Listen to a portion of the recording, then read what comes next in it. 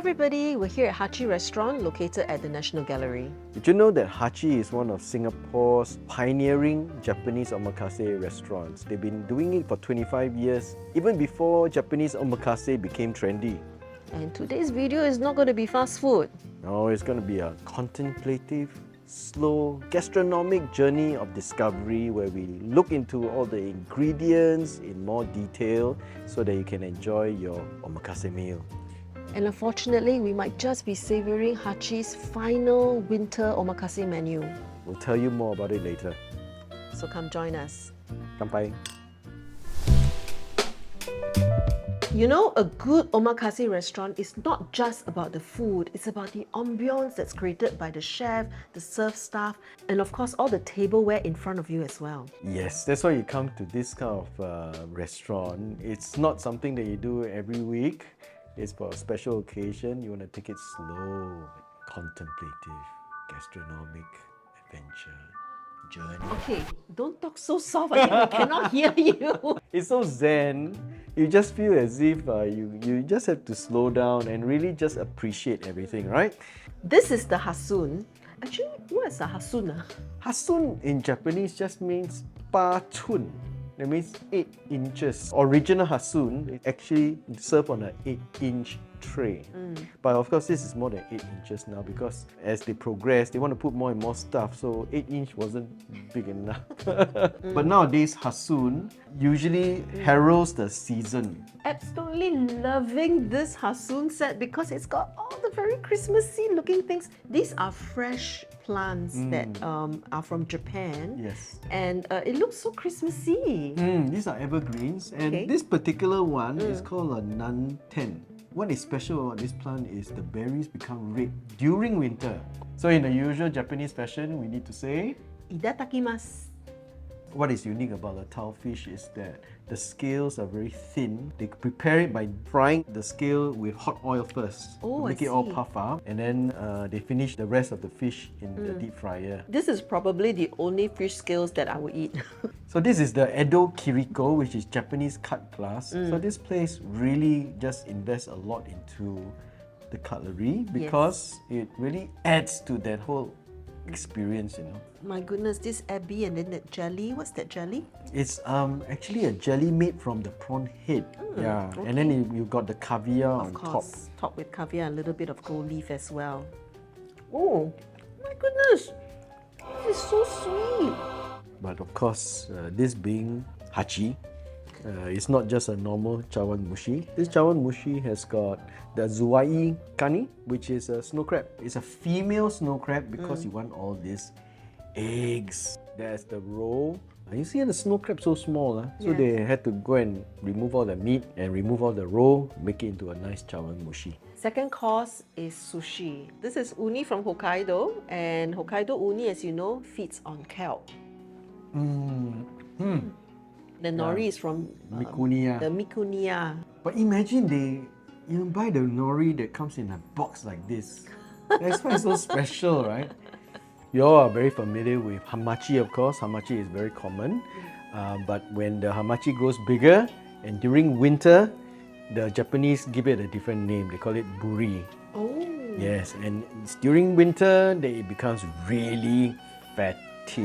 You can see that the marbling is also very even and it's just right across this way. I can just see it. Wow. It looks almost like otoro, doesn't it? Yes. Only those people who really know their sushi will actually go for this. And what they did just now was they lightly char it, right? Yeah, Charcoal with it. charcoal. That's why when it first came, the dish, there was a lovely smoky smell. So it's actually from the buri. Yep, this is good. I don't know how many heavenly moments are we going to get. Okay, so this next course is called ankimo, which means Monkfish liver. During winter, that's when the monkfish liver gets really fat. and it's like everything gets really fat during winter. Yeah, because it's even cold. even us. No lah, in Singapore. In Singapore. So what they've done with the monkfish liver is that they have steamed it and then they have put it through a fine mash to make it into a paste, and then of course they add in other things like their own secret seasoning. What you do is you're going to dip the flounder into the ponzu, and then after that you will put some of the ankimo on top, like that, and then enjoy. Yeah. Wow, the combination definitely works. The flounder adds a bit of chewy texture to really just cuts through the richness of the liver. Okay, so this one is the agemono course, and what we're having here is the Shark's fin. okay. But not just any shark's fin. It's not the Chinese style shark's fin where it's usually dried and then it has to be rehydrated. This is actually fresh shark's fin. Yeah, and it's like one whole piece. It's not like usually when you take shark's fin soup, it's just like tik teo, right? Yeah, it's not the strands. Yeah. Yeah, shark's fin itself is mainly cartilage. There's no flavor in it. So what chef told us is that they would simmer this in superior stock. This is the sudachi line that you squeeze a little bit. So this is something new for us. You look at the surface, like some kueh. Oh, look at the The fiber. strands, yeah. So now that I know the fiber runs this way, I have to eat it like this. The other way. The whole presentation is like this minoyaki ceramic plate that they have. It's so elegant. It just makes the whole dining experience very special. So this is now the sashimi course, and the sashimi course is typically at the start of many omakase meals, but here in Hachi, it's in the middle of the meal because, chef and the owner feels that, it's not right for you to just take raw food. At the beginning, you need to have something warm to line your stomach first before you attack the raw food. Yeah, because we as Singaporeans, especially me, Teochew are here, need to have something warm lah. Okay, so this is the kegani. Oh, look at that. There's a bit of the tomali on top as well. Yes, such a small crab, very difficult to eat, right? Yes. But they've done all the work for us. Okay. And all you need to do is to pick it out from here. Oh, from the shell. Yeah, they stuffed it into the shell and then divide the crab into 4. So you're actually getting 1/4 of a crab. Winter really is the season for crabs. And this Kigani crab meat is so sweet. You got kimedai, some kanpachi or buri again. What is special is the sawara. This is Japanese Spanish mackerel, which is smoked with straw. So it's wara yaki. And they smoke it in this pot and they slow smoke it in the fridge because they don't want to cook the fish. They want to just infuse the fish with the smoke, but want to keep the meat raw.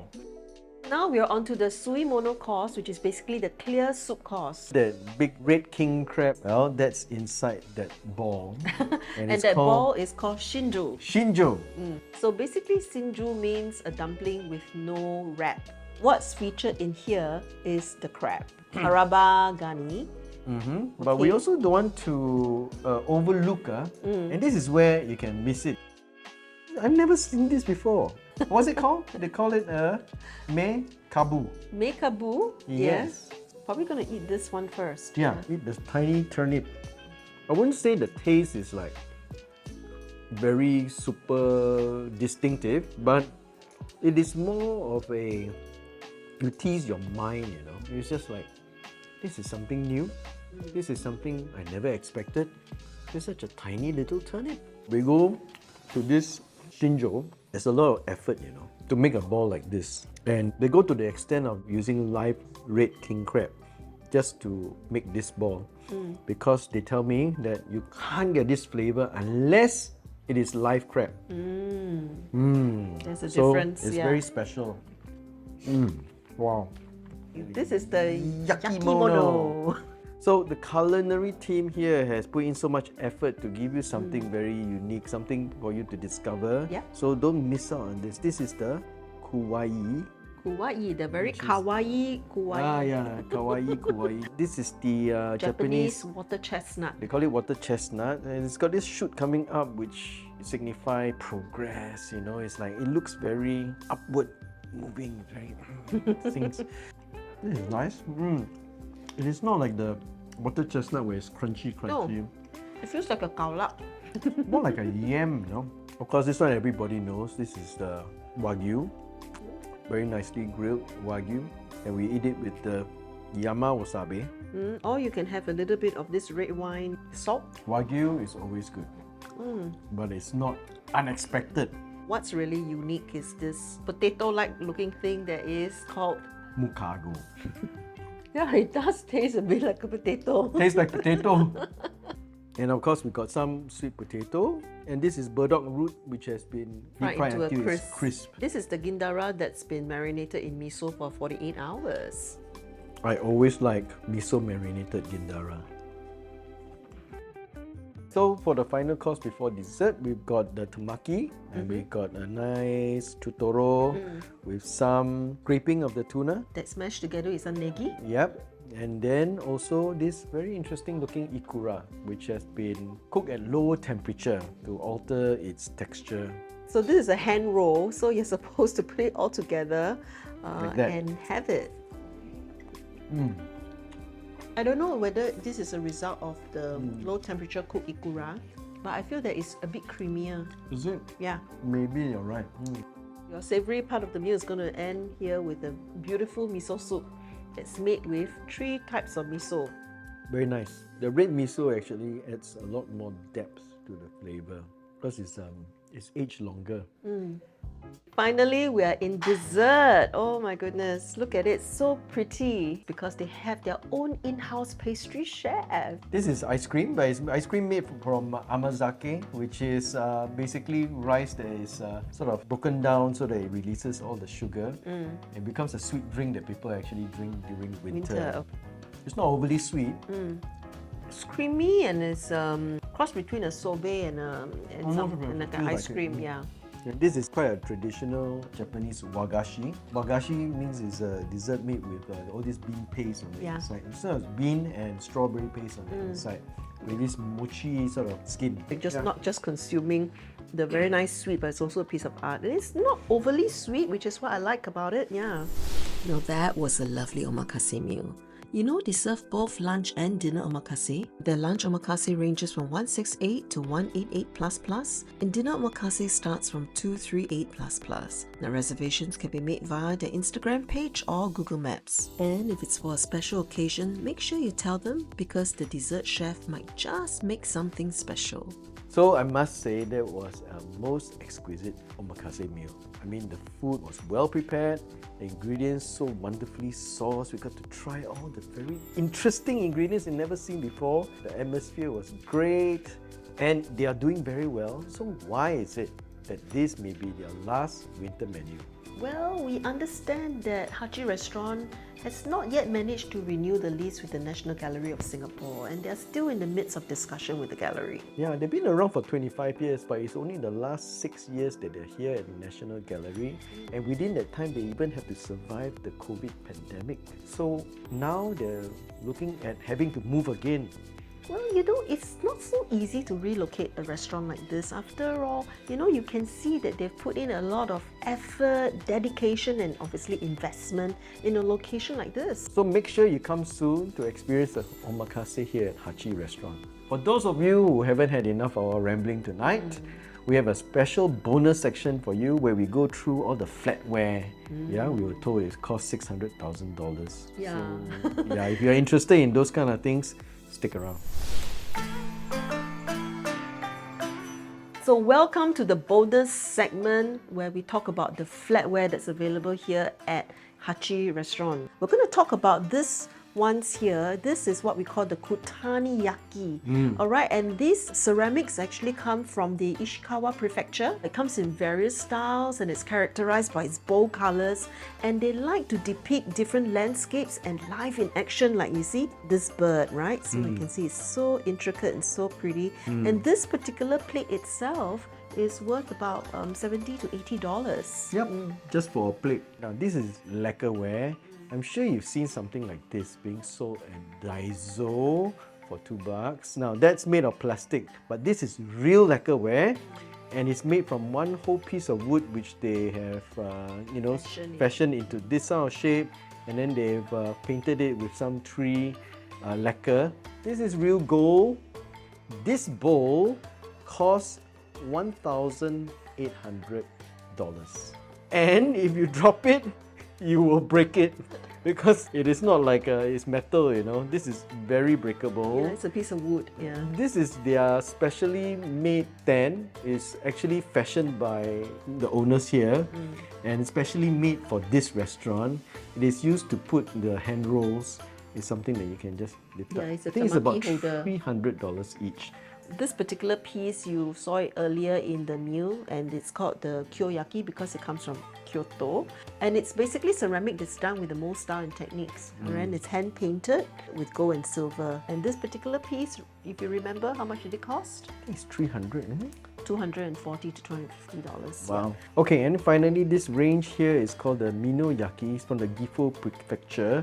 Comes in different styles, but you can recognize it because it's irregular. All right, rough edges. It looks like very rough. The most popular color is this oribe, which is characterized by the green color. Now remember, this one is about $300. What I've been told is that for them to deliver a beautiful omakase experience, they will probably have to put out tableware that's worth 1.8K per patron.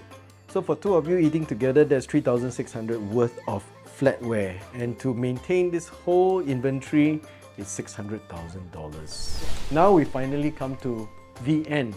The end, and we can say happy eating And bye!